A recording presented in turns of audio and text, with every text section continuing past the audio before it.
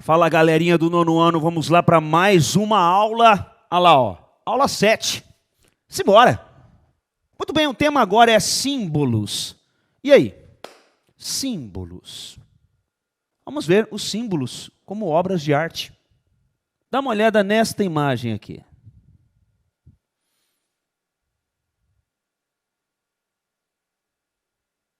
E aí, o que achou?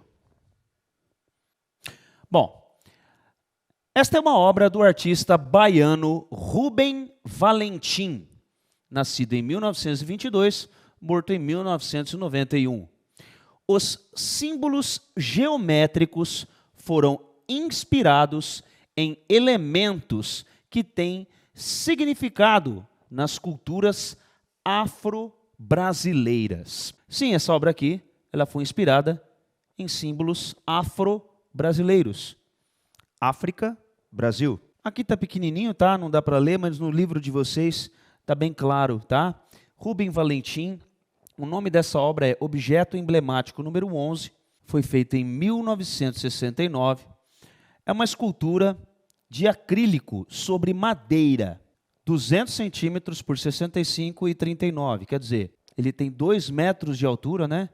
E a circunferência é 65 centímetros e 39. E atualmente essa obra de arte está na Pinacoteca do Estado de São Paulo, na cidade de São Paulo.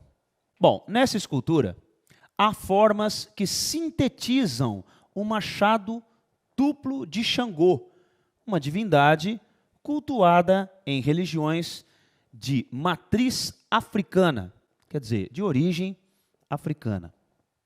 A escultura de Valentim pode ser lida como um totem. Em antropologia, totem é o símbolo sagrado de um grupo social e é considerado seu ancestral ou divindade protetora. Pode ser a representação de um animal, uma planta ou um objeto. Bom, vamos por parte para vocês entenderem direitinho, tá? Então, primeiro, vamos entender quem é Rubem Valentim. É esse senhor aqui, tá? Então, Rubem Valentim nasceu na cidade de Salvador, Bahia, no dia 9 de novembro de 1922 e morreu em São Paulo em 30 de novembro de 1991. Bom, ele foi pintor, escultor, gravador e professor, sendo considerado uma das referências no construtivismo brasileiro. Bom, o construtivismo é um movimento artístico que preconiza a integração entre as técnicas artesanais e a produção industrial. Bom, então esse movimento, né, ele preconizou, quer dizer, ele recomendou que houvesse uma integração entre as técnicas artesanais e a produção industrial. Indústria com coisas feitas de forma manual. E o uso dessas formas geométricas nas obras de arte foi muito utilizada nas adequações das necessidades do mundo socialista, que é um tipo de governo, onde busca uma igualdade social, que aconteceu após a Revolução Russa de 1917. A Revolução Russa de 1917 foi um período de conflitos, iniciado em 1917, que derrubou a monarquia, que é um tipo de governo centralizado num rei. Então a Rússia tinha um governo monarca, e esse governo foi derrubado e levou ao poder o Partido Bolchevique. O Partido Bolchevique era liderado por Vladimir Lenin, o famoso Lenin. Aí a Rússia, que estava recém-industrializada e sofrendo com a Primeira Guerra Mundial, tinha uma grande massa de operários e camponeses que trabalhava muito e ganhava muito pouco. Então essa exploração do proletário, né, dos operários, fez com que esse governo monarca fosse derrubado e trouxe uma nova forma de governo trazido por Lenin, que era o governo socialista, o governo comunista. E esse governo socialista comunista influenciou a criação do construtivismo, que evidentemente influenciou na arte daquele momento. E esse construtivismo refletiu na arte brasileira, trazendo o construtivismo brasileiro, onde Rubem Valentim foi uma das grandes referências artísticas do construtivismo brasileiro. E aqui está Lenin e a massa de trabalhadores que ele liderava, grande revolucionário russo, que implementou o comunismo e o socialismo na Rússia. Bom, então, como eu falei, Rubem Valentim, ele se inspirava nesses temas afro-brasileiros, que são temas da cultura afro-brasileira, né? É uma cultura brasileira influenciada pelos africanos. E dentro da cultura brasileira que foi influenciada pelos africanos, na arte plástica nós podemos citar as máscaras africanas. Eu tenho inclusive aqui 2 máscaras africanas aqui na minha casa. Olha só, gosto muito. Bom, aqui na minha casa as máscaras africanas são adornos, né? São enfeites. Mas para os africanos, as máscaras têm outra simbologia. Elas são símbolos ritualísticos que têm o poder de aproximar as pessoas da espiritualidade. Essas peças são produzidas como instrumentos essenciais em diversos ritos, como rituais de iniciação, que é quando o africano inicia-se numa determinada religião, por exemplo.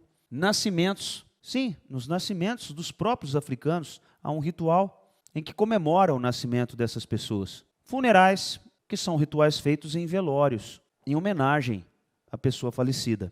Celebrações, como casamentos, curas de doentes e outras ocasiões importantes. Em geral, os rituais contam também com música e dança, além de vestimentas próprias, roupas próprias. Adornos, roupas, chapéus, máscaras, sapatos, vestimentas próprias.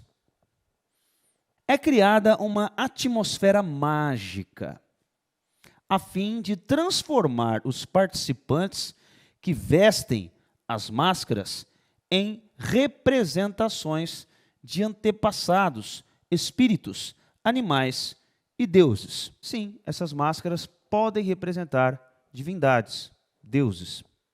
Bom, a gente vai ver agora um vídeo do povo Dogon, que fica num país chamado Mali, durante um ritual desses aí que a gente acabou de citar.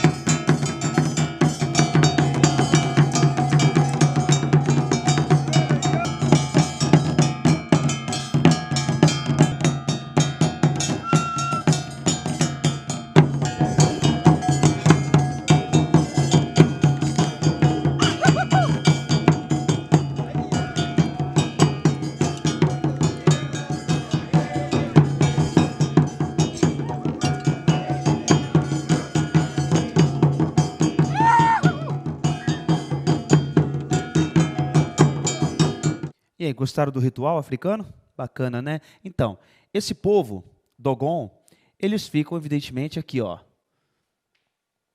Aqui nós temos o mapa mundi, né? Nós temos aqui a África, continente africano, tá? Olha o Brasil aqui, ó. Então, esse é o continente americano. Então, nós temos aqui em cima o continente europeu, depois o continente asiático, né? O continente da Oceania, e aqui é o continente africano. O continente africano tem 54 países, tá? E o Mali, o país Mali, é onde fica esse povo Dogon que você viu aí no vídeo. Aqui, ó, aqui nós temos o continente africano, tá? Um dos países mais representativos é o Egito. O Egito é, sim, um país africano. E Mali fica exatamente aqui, ó. É esse país aqui, ó. Tá?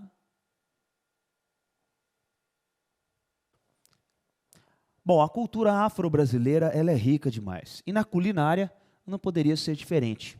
No Brasil, a gente vai ver aqui algumas delícias que são degustadas pelos brasileiros graças à influência africana. Então, nós temos aqui o vatapá. O vatapá é uma massa, né? Uma massa que inclui pão molhado ou farinha de rosca, fubá, gengibre, pimenta malagueta, amendoim, cravo, castanha de caju, leite desnatado, azeite de oliva, cebola, alho e tomate. Nós temos também o caruru, que é também um cozido, assim como o vatapá, muito parecido. Tá? Mas nesse caso aqui é um cozido de quiabo, pedaços de carne, frango ou peixe, camarões secos, azeite de dendê e pimenta. E essas iguarias aqui, ó, tanto o vatapá como o caruru, podem ser colocados no interior desse bolinho aqui, ó, chamado acarajé. O acarajé é um bolinho feito de massa de feijão fradinho, cebola e sal, e frito em azeite de dendê. Na Bahia, é servido com camarão seco, caruru e vatapá ou vinagrete. Delícia, né? Deu água na boca. Olha aí, mais uma influência africana no Brasil, a capoeira. Quem nunca ouviu falar da capoeira, né? A capoeira também pode ser chamada de capoeiragem. É uma expressão cultural brasileira, quer dizer, foi criada aqui no Brasil, apesar de ter influências africanas, a capoeira em si, ela foi criada no Brasil, que mistura arte marcial, esporte, cultura popular, dança e música. Então a capoeira, na verdade, ela é uma expressão cultural que engloba tudo isso. Então nós não podemos dizer que a capoeira é uma luta, uma arte marcial ou uma dança. Não, ela engloba tudo isso. Por isso que a capoeira é uma expressão cultural. Foi desenvolvida no Brasil por descendentes de escravos africanos, é caracterizada por golpes e movimentos ágeis e complexos, utilizando primariamente chutes e rasteiras, além de cabeçadas, joelhadas, cotoveladas, acrobacias em solo ou acrobacias aéreas. Uma característica que distingue a capoeira da maioria de outras artes marciais é a sua musicalidade. Os componentes eles vão fazendo os movimentos dentro de um determinado ritmo musical. É por isso que a capoeira se distingue de outras artes marciais, como o karatê, o judô, porque tem a música envolvida e os movimentos são feitos dentro dessa musicalidade. Praticantes dessa arte marcial brasileira aprendem não apenas a lutar e a jogar, mas também a tocar os instrumentos típicos e a cantar. Quer dizer, todos os componentes também precisam aprender a cantar e também a tocar os instrumentos, porque enquanto um está tocando, o outro está jogando ou lutando. Depois, aquele que está jogando ou lutando volta para o instrumento musical e aquele que estava no instrumento vai fazer a sua apresentação. Não é errado dizer jogar, lutar ou dançar capoeira, porque todos esses atos estão envolvidos nesta expressão cultural. É como a cultura hip hop, que envolve diversas coisas. O hip hop não é simplesmente um ritmo musical. O hip hop envolve o DJ, o MC, o rapper, envolve também esporte como o skate, o basquete. Enfim, são diversas coisas que envolvem o mundo, a cultura hip hop, assim como é a capoeira, que é uma expressão cultural. Há relatos que a capoeira se originou de uma luta realmente encenada pelos africanos, pelos escravos na época brasileiros, que ensinavam ali uma luta para chamar a atenção dos fazendeiros, dos seus senhores, que iam ver o que estava acontecendo. E eles colocavam entre os dedos dos pés lâminas. E ao fazer aquele movimento rotativo com os pés, eles passavam a lâmina no pescoço dos seus senhores para poder fugir. Depois, com o tempo, nesse tipo de luta encenada, foi acrescentado outros movimentos e até os instrumentos musicais, nascendo efetivamente a capoeira. Aqui nós temos alguns instrumentos musicais característicos da capoeira, que é o berimbau, o pandeiro, o atabaque, o agogô, o cachixi, a baqueta e o dobral. Agora a gente vai ver um vídeo sobre a capoeira. Assista aí.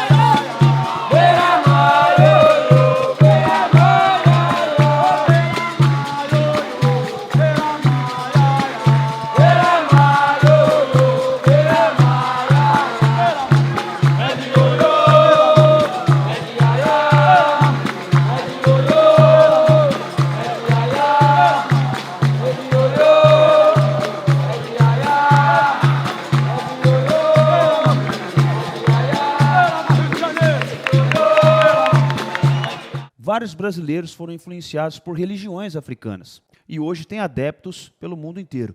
Bom, vamos falar sobre o candomblé. O candomblé é uma religião monoteísta, quer dizer, um Deus único do candomblé, que pode variar de acordo com a região africana de origem, que acredita na existência da alma e na vida após a morte, quer dizer, na reencarnação.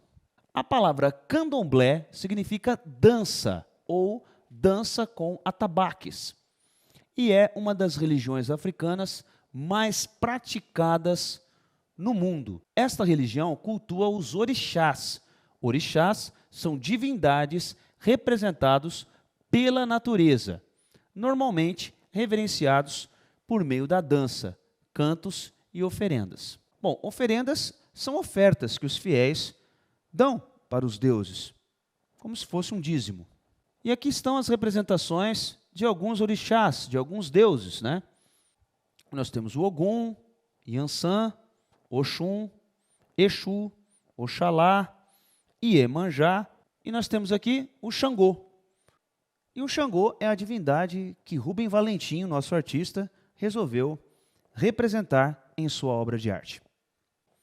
Vamos agora ver um vídeo que mostra um pouquinho do candomblé e também a sua influência numa outra religião também muito importante, que é a Umbanda, que atrai milhões de fiéis também pelo mundo. Aí vocês vão ver qual a diferença entre candomblé e Umbanda. Vamos lá. Eu vou hoje comentar sobre 7 diferenças entre Umbanda e Candomblé. Muita gente acha que se trata da mesma religião, não só leigos, mas até umbandistas em si. Então hoje vamos entender um pouquinho de alguns pontos que diferenciam uma religião para a outra. A primeira diferença que eu quero citar é sobre a origem e o propósito de cada uma dessas religiões. Ainda que ambas tenham nascido em solo brasileiro, o candomblé tem como propósito resgatar a cultura africana. Então nós vamos ver dentro de um barracão de candomblé a presença dos costumes, das características, das crenças, da ritualística, da visão do mundo, da musicalidade, do dialeto, das divindades, exatamente como era na África. Então o candomblé busca resgatar essa cultura. Já no caso da Umbanda, não. A Umbanda busca resgatar a cultura brasileira. Então nós vamos ver dentro do terreiro de Umbanda a presença do índio, do escravo que foi catequizado, a gente vai ter a presença do nordestino, a gente vai ter a presença do sertanejo, do caipira, né? A gente vai ter a presença do malandro do morro, entre outros. Então, enquanto uma busca resgatar a cultura africana, o outro busca resgatar a cultura brasileira. A segunda diferença que eu posso citar é sobre o culto ao orixá. Enquanto no candomblé, não muito diferente de como é na África, é visto o orixá como um ancestral divinizado, já na Umbanda nós o vemos como uma força da natureza, apenas como uma energia sem uma forma humana. Ambos cultuam o orixá, porém o veem de formas diferentes. Uma terceira diferença é como ao atendimento aos consulentes. No candomblé, normalmente o consulente ele é atendido e aconselhado através de um oráculo chamado Meride Logum, ou Jogo de Búzios. Existem outros oráculos também que nós podemos encontrar dentro de um barracão de candomblé. Mas lá, o consulente recebe as orientações do orixá através deste oráculo. Já na Umbanda, o atendimento ao consulente se dá através da incorporação das entidades. Então, os aconselhamentos que um consulente recebe é através de um médium manifestado de uma entidade. A quarta diferença que nós podemos notar está no sincretismo religioso.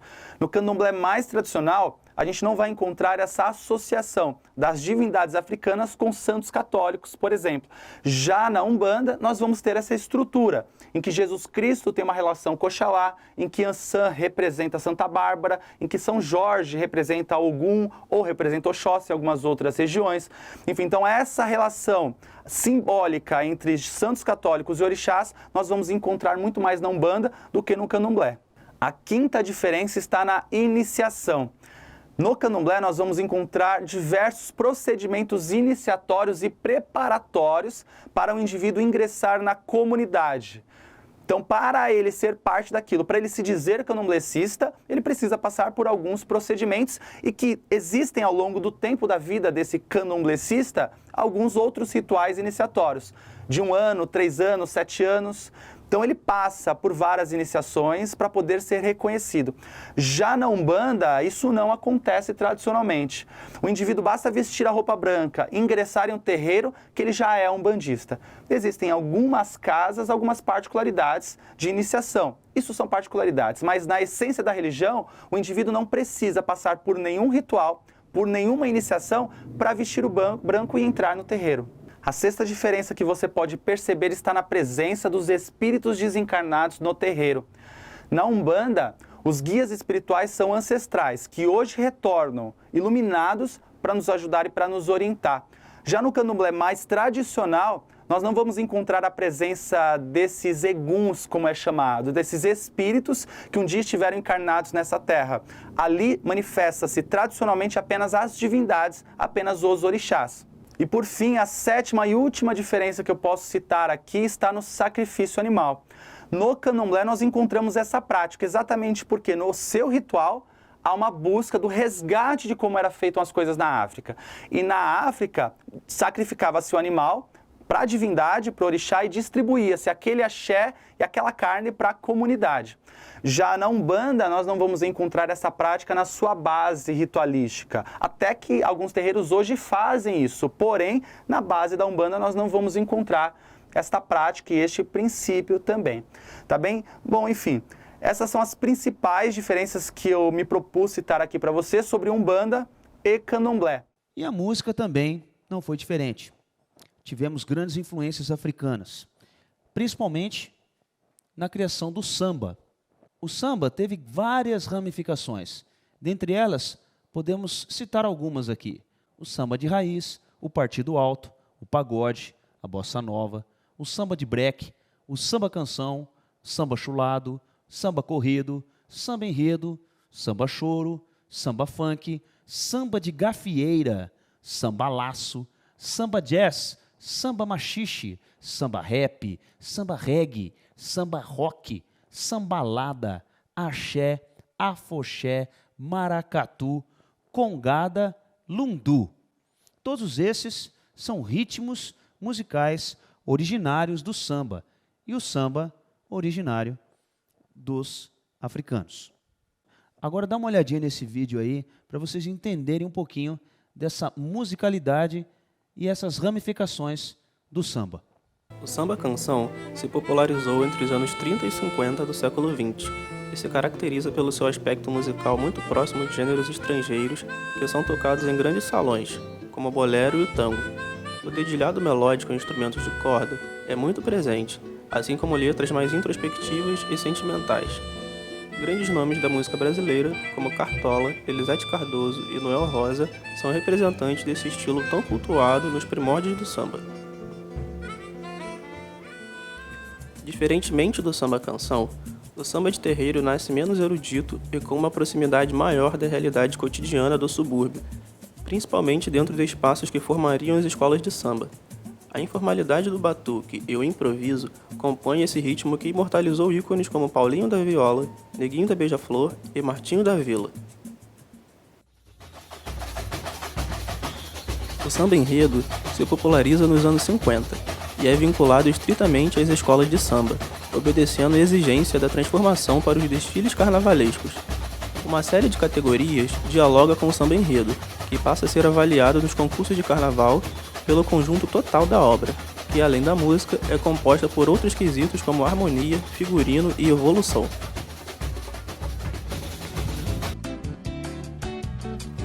O samba de gafieira é disseminado até hoje por ser uma modalidade que figura entre as chamadas danças de salão. Os dançarinos, sempre em casal, estabelecem passos sincronizados, mostrando o gingado malandro do carioca boêmio, com uma vestimenta muito peculiar e vistosa, sendo alguns dos seus ícones o chapéu panamá, o sapato bicolor e o terno branco. Entre todos que foram citados, o samba rock é o mais moderno. Como o próprio nome já diz, recebeu muita influência do rock internacional, gênero que estava se consolidando nos anos 60. A inserção de instrumentos como a guitarra elétrica e o saxofone marcaram esse estilo, que ganhou bastante atenção da indústria fonográfica pelo seu enorme potencial e cristalizou nomes importantes como Bebeto, Wilson Simonal e Jorge Ben. E temos também os instrumentos musicais brasileiros que sofreram influências africanas. Então nós temos aqui o tambor, o atabaque, a cuíca, tem alguns tipos de flauta, marimba e o berimbau, o famoso berimbau, utilizado nas capoeiras. Todos esses instrumentos são heranças africanas que constituem parte da cultura brasileira. Agora também veja um vídeo bastante interessante sobre esses instrumentos musicais e os seus funcionamentos. O corá é um instrumento de cordas tradicional dos povos Mandiga da África Ocidental. O som produzido pelo corá é semelhante ao da harpa.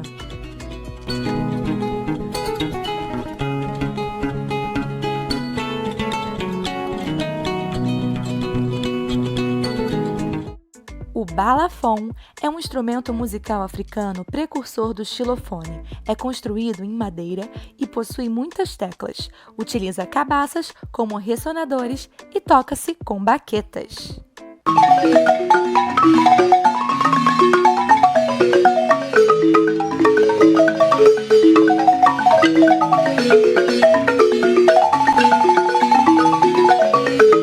O xequerê é um instrumento musical de percussão que consiste em uma cabaça seca cortada em uma das extremidades e envolta por uma rede de contas.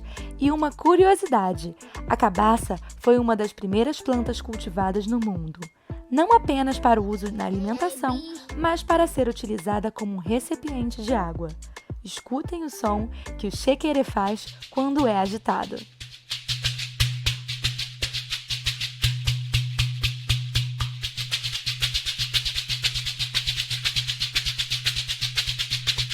O agogô é um instrumento musical formado por múltiplos sinos, originado da música tradicional iorubá da África Ocidental.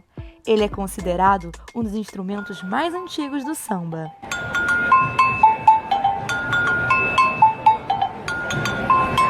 Ah, e o agogô pode ser confeccionado também com castanhas e bambu.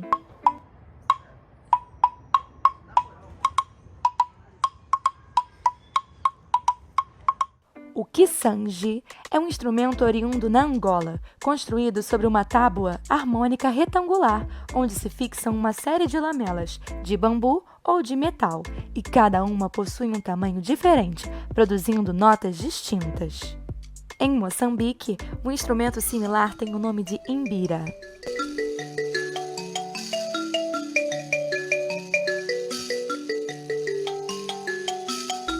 O cachixi é um chocalho de cesto originário da cultura Banto, que pertence à região africana do Congo-Angola, no qual era utilizado em rituais e cerimoniais.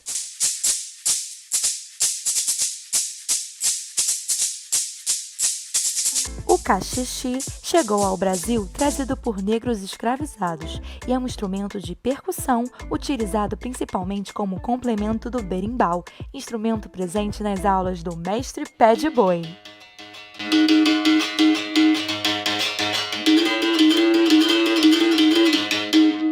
Muito bem, aqui nós estamos vendo uma representação em pintura do Xangô, que foi a divindade, o orixá escolhido pelo Rubem Valentim para criar a sua obra de arte.